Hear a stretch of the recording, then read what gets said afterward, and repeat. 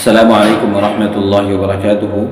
معزز مکرم سامعین و ناظرین کرام، آج کی ویڈیو کے اندر ہم آپ حضرات کے سامنے حضور پاک صلی اللہ علیہ وسلم کو غار حرا کے اندر جو واقعہ پیش آیا وہ آپ حضرات کے سامنے بیان کریں گے۔ حضور پاک صلی اللہ علیہ وسلم اپنے معمول کے مطابق ایک روز غار حرا کے اندر تشریف فرما تھے کہ اچانک ایک فرشتہ آیا اور اس نے آ کر آپ صلی اللہ علیہ وسلم کو سلام کیا اور کہا اقرأ، پڑھیے۔ حضور پاک صلی اللہ علیہ وسلم نے فرمایا ما انا بقارئ، میں پڑھ نہیں سکتا۔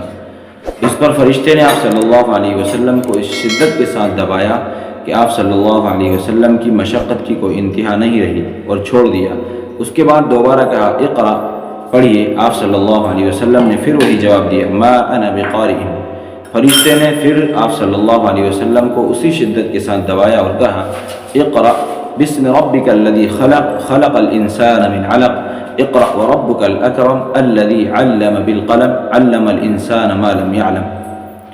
آپ صلی اللہ علیہ وسلم غار حرا سے گھر تشریف لائے اور آپ صلی اللہ علیہ وسلم کے اوپر لرزہ اور کپکپی طاری تھی۔ حضرت خدیجہ رضی اللہ تعالی عنہ سے فرمایا زملونی، مجھے کوئی چیز اڑا دو۔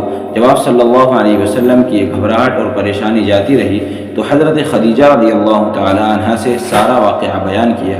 حضرت خدیجہ رضی اللہ تعالی عنہ نے حضور پاک صلی اللہ علیہ وسلم کو تسلی اور دلاسا دلایا۔